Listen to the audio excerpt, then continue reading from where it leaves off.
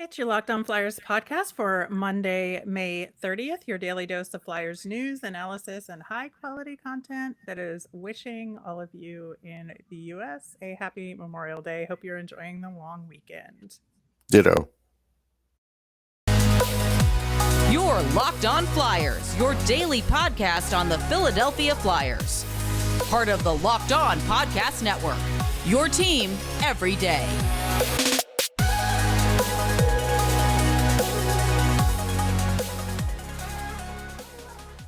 Hello, once again. I am Rachel Donner. You can find me on Twitter at rmiriam. I'm here, as always, with Russ Cohen, who is on Twitter at Sportsology. Thanks for making Locked On Flyers your first listen every day. You can follow us on Twitter at Locked On Flyers, where you can keep up to date on all of our episodes and Flyers news. You can also email us at lockedonflyers@gmail.com. Today's episode is brought to you by BetOnline. BetOnline has you covered this season with more props, odds, and lines than ever before. BetOnline, where the game starts. On today's show, we are going to talk all about Travis Konecny and what we think of his season, and should we trade him is the big question. We will also have our Nemesis of the week. Locked On Flyers is free and available on Apple Podcasts, Spotify, Odyssey, wherever you are listening. So subscribe. You'll get all of our episodes here on the Locked On Podcast Network. Before we get into Travis Konecny talk, we learned about another potential candidate for the Flyers head coaching position, and that is Penguins assistant coach Mike Bellucci. Okay, so my thought is for somebody who hasn't been an NHL head coach, if you're bringing him in for a rebuild, I could get behind it. If you're bringing him in and expecting to do that plan that you talked about a few months ago, this wouldn't make sense at all. Yeah, I think that's the big thing here, that he doesn't have NHL head coaching experience. He does have really solid head coaching experience at the AHL level. He was the head coach for Charlotte that won the cup in 2019 in the AHL, and it was a really successful team. He won Mhm. coach of the year. So he does have the credentials in terms of knowing how to work with players, especially young developing players, because that's a huge part of his coaching background. He's known as a players coach who's good with young players. And I think that it's an interesting option because for the Flyers to be successful this year, the young kids have to step up. And, because of the cap space, we're going to depend on a lot more of them than we would have otherwise. So I do see the upside and why they had the conversation with him. But as far as, having somebody with that head coaching experience who can maybe turn things around faster, I think you're right there that maybe he isn't the right guy for the job if you're looking at the requirements the team said they had. Yeah, I think the fans will be confused if it's not a rebuild. Why did you get him? Because, you have all this money to spend. You got the cheapest coach on the market, essentially. Like, that's going to confuse them. Uh, Also, I'd be confused because while there are a fair amount of young players that will be on this team, we saw what this veteran group could do to a coach that isn't like sort of heavy handed. And it wasn't pretty. Yeah, and I think that, from what I've read, he can be a guy that holds people accountable, but I just don't know about this particular group based Right. on the track record we have from the last several coaches who were also supposed to be able to be coaches that could hold guys accountable, and it didn't happen. So what would make Vellucci a different result? It just doesn't seem clear. So I think it's a to be continued, but we're going to talk more about coaching on tomorrow's show. So stay tuned for that. On to Travis Konecny, and I think he's been one of the guys that we and other people have talked about potentially trading, more than perhaps almost any other person on the team at this point for this off season. There was talk about maybe trading him at the trade deadline this year. And in 6 seasons with the Flyers so far, he's got 264 points in 418 games. in the regular season. His best season overall was 2019-2020. It was that shortened year, 61 points in 66 games. Hmm. This year, in 79 games, he had 52 points. That's 16 goals, 36 assists. The number of assists he had was the second highest in his career so far. And it's really, I think, fascinating to look at his season this past year because he got dinged a lot over the course of the year in terms of not finishing and he struggled to put the puck in the net at a lot, but he did have some good numbers at 5-on-5 if you kind of dig into it. Okay. I mean, that's the happy rainbowy part of this. But I looked at him overall, and so he's like 0.63 points per game. Is that going to improve as he gets older? Maybe 1 year, maybe 1 year he'll go higher than that. But I think what we're looking at is what we're looking at with a guy who maybe could reach 30 goals.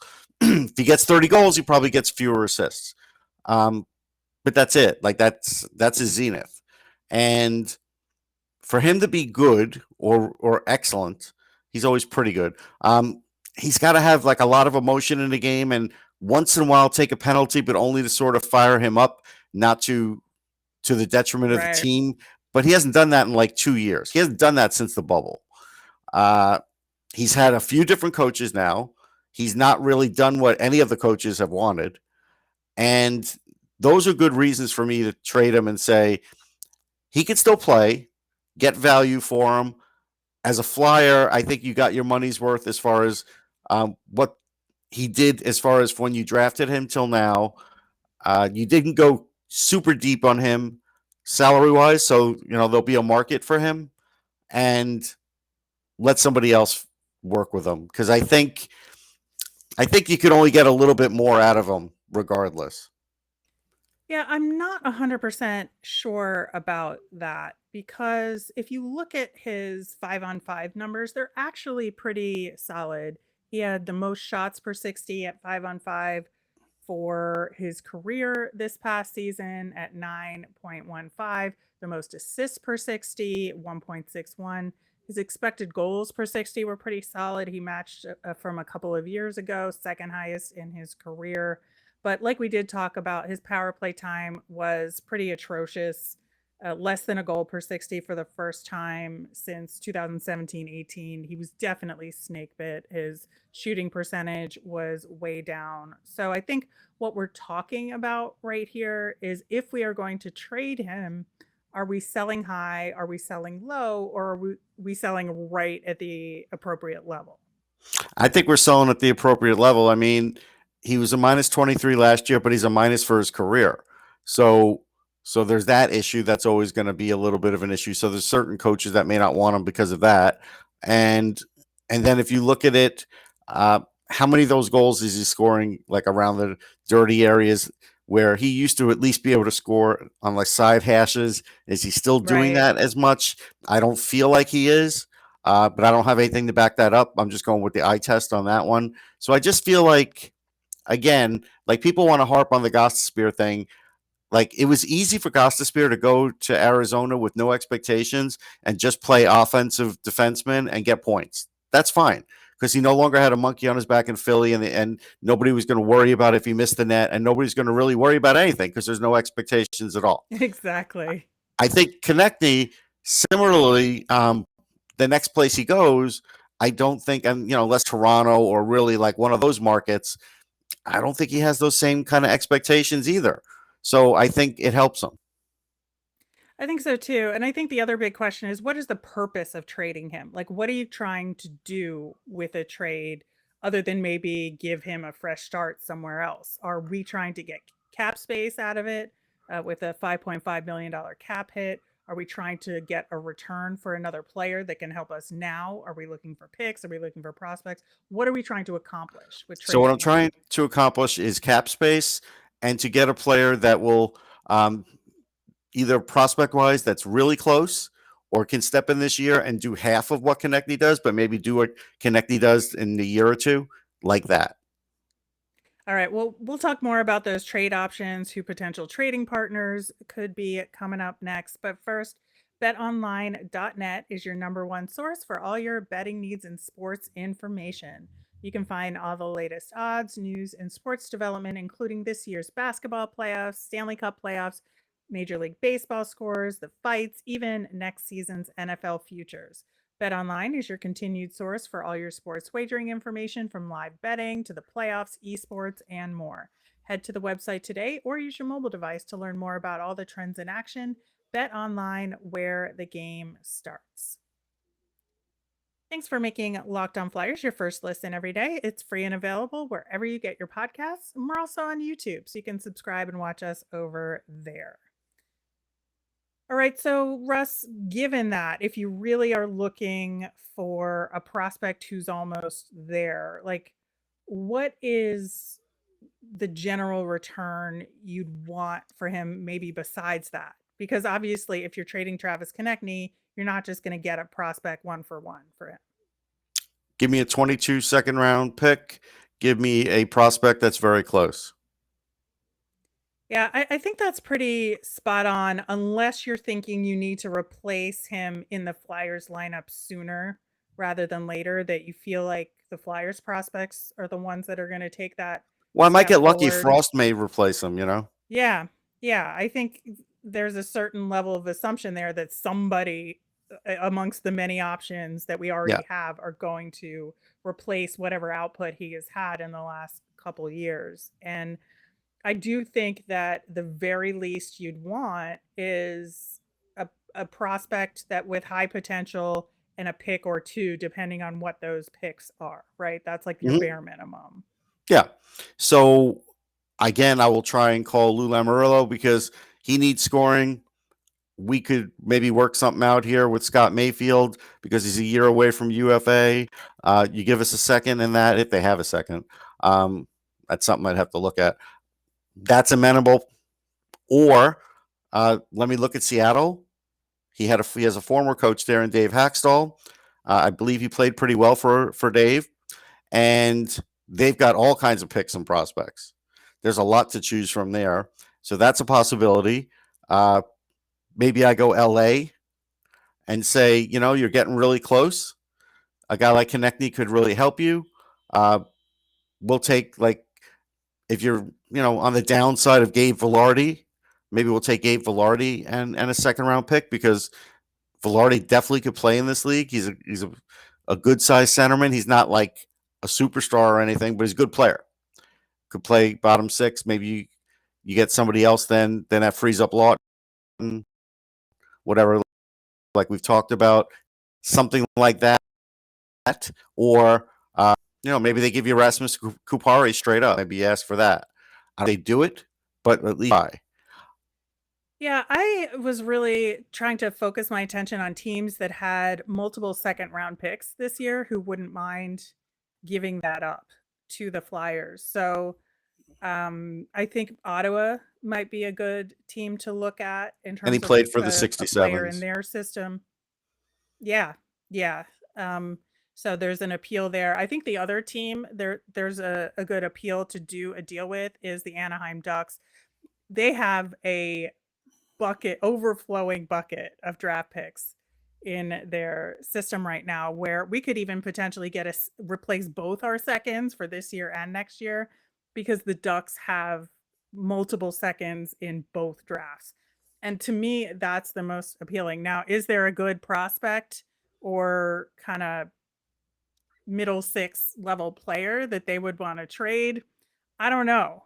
I think that they do have the most flexibility, though, that with the fewest players on their roster having no move clauses, because I think that's the trouble you run into with some of the other teams, that a lot of, that may want to trade for a guy like Travis Konecny, is the return. A lot of their players are locked up in no move clauses. Like the Wild have a ton of guys with no move clauses, as do Vegas.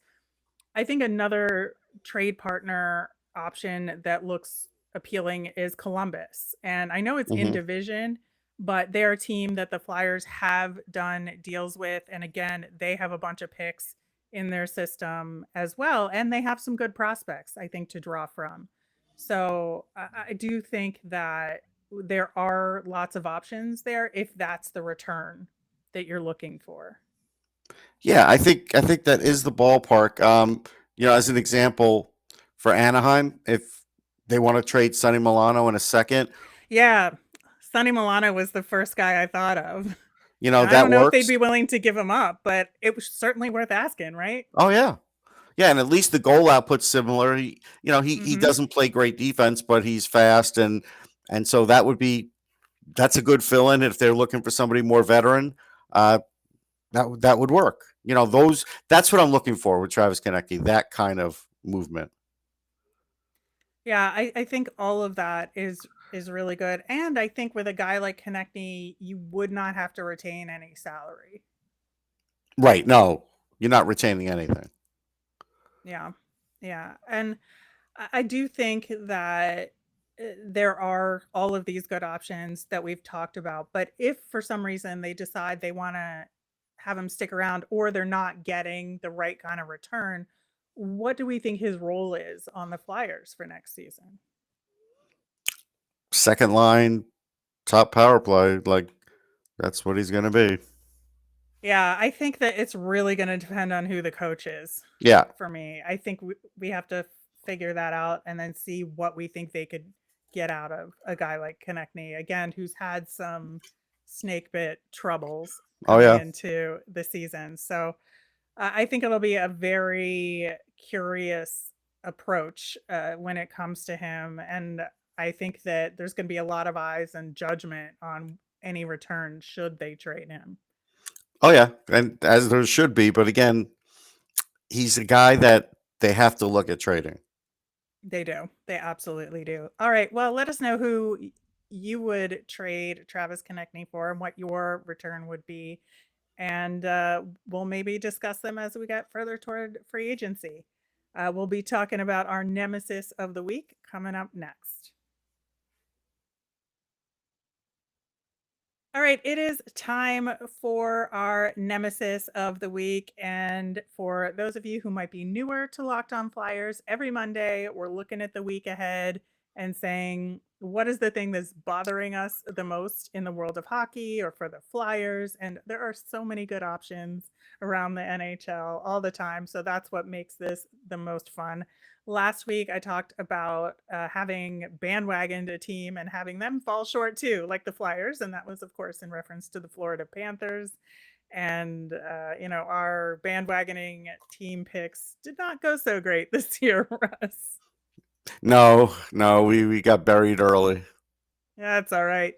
Still some great hockey left to go in the playoffs. But speaking of which, I think my nemesis for this upcoming week is Carolina winning on the road. Man, they can't do it. I don't know what it It's is. an impossibility. It's unbelievable. They, there were some games where they were close. Now they're not even getting close. So even if they were to advance, I don't know. I don't think they could win against Tampa. Oh, I do not think so either. I Yeah. just think Tampa is dialed in a way that Carolina they can't have slacker games like they No. have and even think about coming out of the East. No, I agree. All right, what is your nemesis this week? It's still the air horn, and it's the air horn in Carolina. It's such a Bush thing.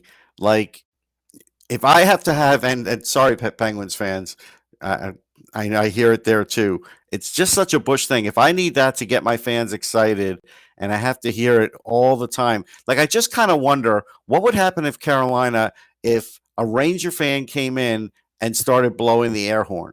Would he get kicked out? I kind of I don't wonder know. because that used to happen. People used to get kicked out for that kind of stuff, and now it's sort of welcomed. And it's even at a home broadcast, it's grating. It's just terrible, and I always think of it as like minor league hijinks. Well, I give them half a pass on it because they are the Hurricanes and it's like a warning siren for hurricanes. Okay, So I got to give it to them a little bit. it's a warning Kind of sign for something. kind of like the canon in Columbus, which is also sometimes bothersome, but I Oh get yeah. why they do it. But I think like I have a secondary nemesis this week, and that's the NHL Schedulers, because it's very curious how they managed to schedule the Western Conference playoffs for 8 p.m. Eastern starts so we can all see Nathan McKinnon and Connor McDavid go up against each other, but they can't seem to figure out how to do that during the regular season. Explain that to me. I think that's the networks wanting that. Yeah. I think it's all Well, network. It's all network driven, and but they that should be able to is do that in the regular season too, so East Coasters get to see those top West players. right. But there's fewer sports going on now, so like now those networks are like, we really want to showcase these games. But the networks are going to be my nemesis anyhow because they're the ones controlling everything. They control the It's true. schedule, they control everything. And it's almost like the NHL does it as a courtesy. Like, hey, what can we do that you guys, to make it better for you guys? And I just hate that. Yeah, absolutely fair enough. Man, the playoffs have been so much fun, Mm-hmm. and I'm glad that we are going to get a really good schedule for the conference finals. I think both series are going to be a lot of fun, regardless of who winds up in it on the Eastern Conference side. We're going to wrap up with our Flyers fun thing, and that is Travis Konecny's 100th goal from this past season. It was against the Islanders, and it was a bit of a fluky goal. And Mm-hmm. it was after game after game after game of him struggling to try and get that 100th Oh goal. yeah. He was sitting at 99 for forever. And so I felt like his 100th goal was kind of emblematic of his season overall and why we have these questions and why we talked about trading him today. No, it does tie it in very nicely. I remember all the conversations. It is always good if a guy's struggling to get that out of the way. So yeah, I was happy for him. Me too. All right. Well, we'll see what happens with Travis Konecny, and we're going to see what's going on with the Flyers head coaching search and our thoughts on our top candidates for it on tomorrow's show. But as a reminder, we always want to hear from you. We're going to do a mailbag this week, like we do almost every week. So send in those questions via Twitter at Locked On Flyers. You can also email us at lockedonflyers@gmail.com. Put a question in the comments on YouTube. We'll pick them up from there as well. I am Rachel. I am on Twitter at rmiriam. That's RMIRIAM. I'm Russ. I'm at Sportsology, SPORTSOLOGY. You made us your first listen today. Now make your second listen Locked On NHL. From first round matchups to each Stanley Cup final game, Locked On NHL covers the playoffs like no other. Hear the latest news and opinions from local experts every Monday through Friday. It's free and available wherever you get your podcasts. Have a great day, everyone.